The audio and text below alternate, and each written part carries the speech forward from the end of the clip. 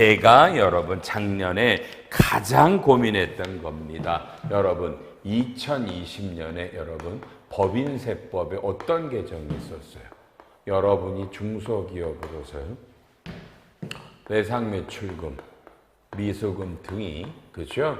발생일로부터 2년이 경과된 이 채권은 대손입니다라고 돼 있어요. 저는 이게 실제로 두 줄인데 이 두 줄이 너무 어려웠죠. 다시요. 중소기업이 물건을 팔고 외상매출금이나 미수금이 있는데 얘가 이 채권의 발생일로부터 2년이 경과된 채권은요. 그냥 대손이래요. 다만 뒤에 가서 이거는 결산조정이라고 뜬 거예요. 보통 이런 식으로 이해를 했었어요. 이게 작년에 2018년에 발생한 외상매출금이 부가세 뺍시다. 지금은 10억이야. 그럼 작년엔 2020년이야. 원래 여러분 대부분의 소멸시효는 3년이잖아요. 그런데 소멸시효 전이지만 외상매출금들이 발생한 날로부터 2년이 경과했어요. 그죠? 그거는 결산이니까 얘가 회수가 안 되니까 회사가 대손 어이구야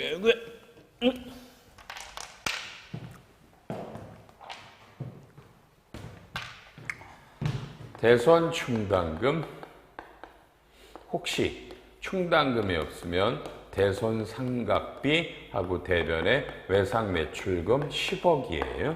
10억이에요. 그죠 여러분요? 이렇게 떨었어요. 이게 결산조정이에요.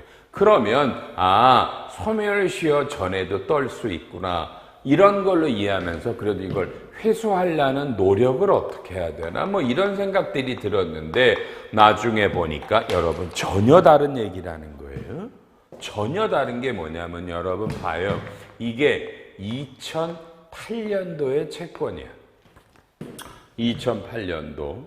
그러니까 발생한 지 12년, 13년이 됐는데 이 회사가 아직도 채권이 달려 있어요. 왜요? 회계감사를 안 받으니까. 중소기업의 대부분은 회계감사 안 받으니까. 그러면 2020년에 결산조정이니까 장부에 이렇게 떨었어요. 원래 회계감사 받으면 옛날 거라 이건 미처분 잉여금이 들어가야 돼요. 근데 회계감사 안 받았으니까 회계감사를 받았으면 이게 이렇게 외상매출금에 남겨둘 수가 없는 거예요. 그 전년도까지요. 그렇죠? 그래서 2020년에 이미 소멸시효가 지나서 우리는 대손으로 인정받지 못할 거라고 생각하는 놈이 법이 바뀌어서 2년이 지났으면 떨어라 이렇게 떨면 이게 기획재정부 친구들의 답변이 뭐냐면 중소기업의 특혜다. 소멸시효 3년이 지나서 떨어먹지 못했던 이제까지 장부상의 채권으로 달려져 있는 놈을 떨어라. 그러면 선금이 정해줄게. 이건 브라보 대한민국 만세입니다. 이건 대한민국 만세야. 그럼 이게 12년 전 채권을 떨어도 이게 선금이라 세무조정이 없어. 저는 정말 돌아버리는 줄 알았네 이것 때문에. 그래서 회계사 세무사들이 가장 많이 어려워했던 조문이란 말이에요. 이게 가장 많이 어려워했단 말이에요. 근데 이 조문이 이런 식의 해석이 되는 겁니다. 너무너무 중요한데 누가 부가세법도 물어본 거예요. 부가가치세법에도요. 대손세액공제가 있죠. 이제 요게 11억이면 이제까지 대손세액공제를 못 떨어 먹었던 놈을요. 요렇게 하고 예수부가세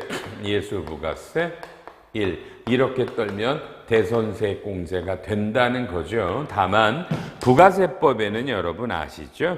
부가세법에는 이게 뭐 5년이라는 단서가 있는데 어쨌든 5년 안에서 그게 이게 뭐 5년이 아니다 합시다. 뭐 이게 그냥 2016년 거라 3년의 소멸시효는 지나도 5년이 안 됐더라면 떨 수 있다. 그러니까 원래 이 논리를 그대로 법인세법 조문을 부가세법 조문이 받았다 이겁니다. 다만 부가세 대손세액공제에는 5년이라는 단서가 있어서 이것도 5년이 지나간 건 안 될 거라고 봅니다만 기본 논리가 법인세가 바꿔주니까 부가세도 받아서 그냥 대손세액공제를 해주겠다로 간 유권에서 이것도 중요한 거고요.